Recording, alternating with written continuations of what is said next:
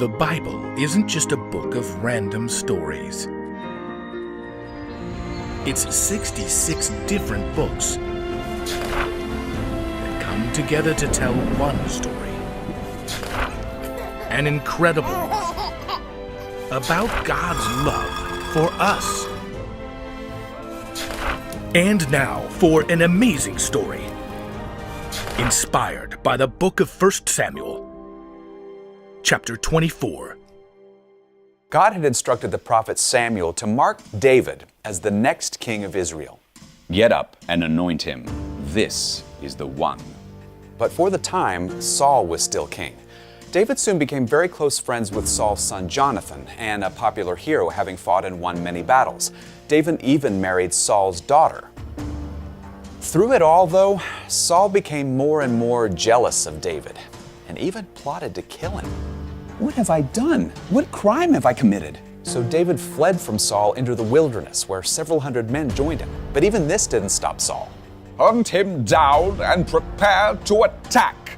Over and over, Saul led soldiers against David and his men. They're just behind us. In a few minutes, they'll be coming around the mountain. They'll be coming around the mountain? They'll be coming around the mountain when they come. But just as his soldiers closed in on David, Saul received word the Philistines were attacking. Guess we'll all go out to meet them when they come. Blast those Philistines. So Saul called his soldiers away to fight the new enemy, and once again David escaped. This time he and his men settled in a new wild place called En-Gedi. Finally! Free as a wild goat. Don't get too comfortable. You really think Saul's giving up? Sure enough, as soon as Saul returned from chasing the Philistines, he gathered his best soldiers to track down David again.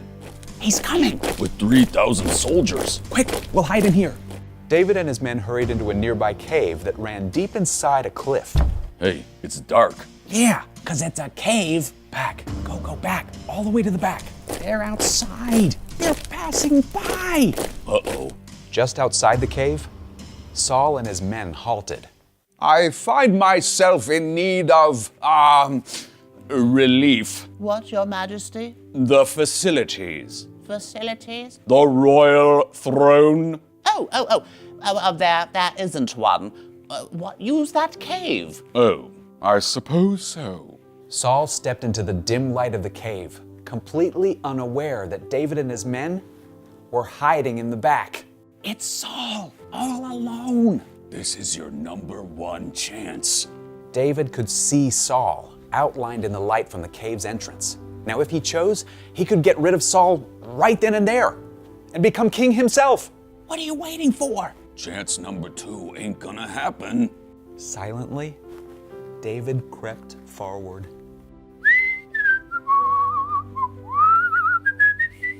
As he approached Saul, David whipped out a knife. His hand shook, and then he slashed off a corner of Saul's robe. As Saul turned to leave the cave, David returned to his men. You're letting him go! I cut off a piece of his robe. I'd do a facepalm, but you can't see it in the dark. No, even this was too much. May the Lord keep me from doing a thing like that again to my master. He is the Lord's anointed king, so I promise that I will never lay my hand on him. They could all see Saul at the mouth of the cave now, ready to step back out into the light. Okay, fine, we'll take him out. No, don't touch him. As Saul left the cave, David ran after.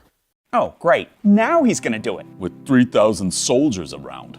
As David burst from the dark cave into the bright sunlight, he called after Saul. King Saul, my master. Saul turned in surprise. David bowed low with his face to the ground.